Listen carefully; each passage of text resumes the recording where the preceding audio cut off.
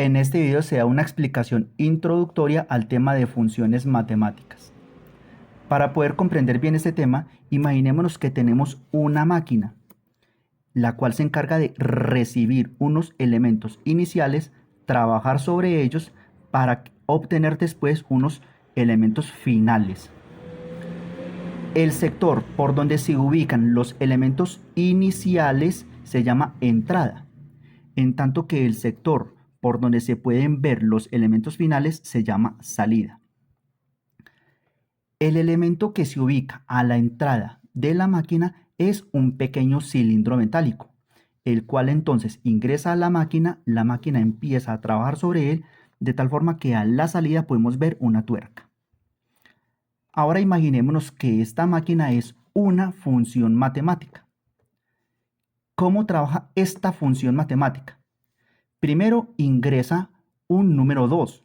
Entonces, la función empieza a trabajar sobre ese número 2 de tal forma que a la salida obtenemos un número 5, tal y como lo podemos ver en este primer esquema. Ahora supongamos que después ingresa un número 3. Entonces, la función trabaja sobre ese número 3 de tal forma que a la salida se puede observar un número 6, tal y como se observa en este siguiente esquema.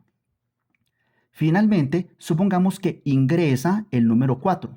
Entonces, la función se encarga de trabajar sobre ese 4, de tal forma que a la salida podemos observar un número 7, tal y como lo podemos ver en este esquema final. En particular, entonces, ¿qué es lo que hace esta función con estos números? Veamos.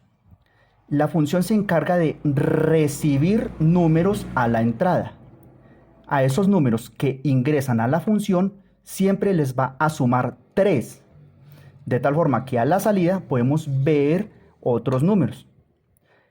De manera resumida, se tiene entonces que para este caso en específico, la función recibe números en la entrada, los trabaja sumándoles 3 para obtener otros números en la salida.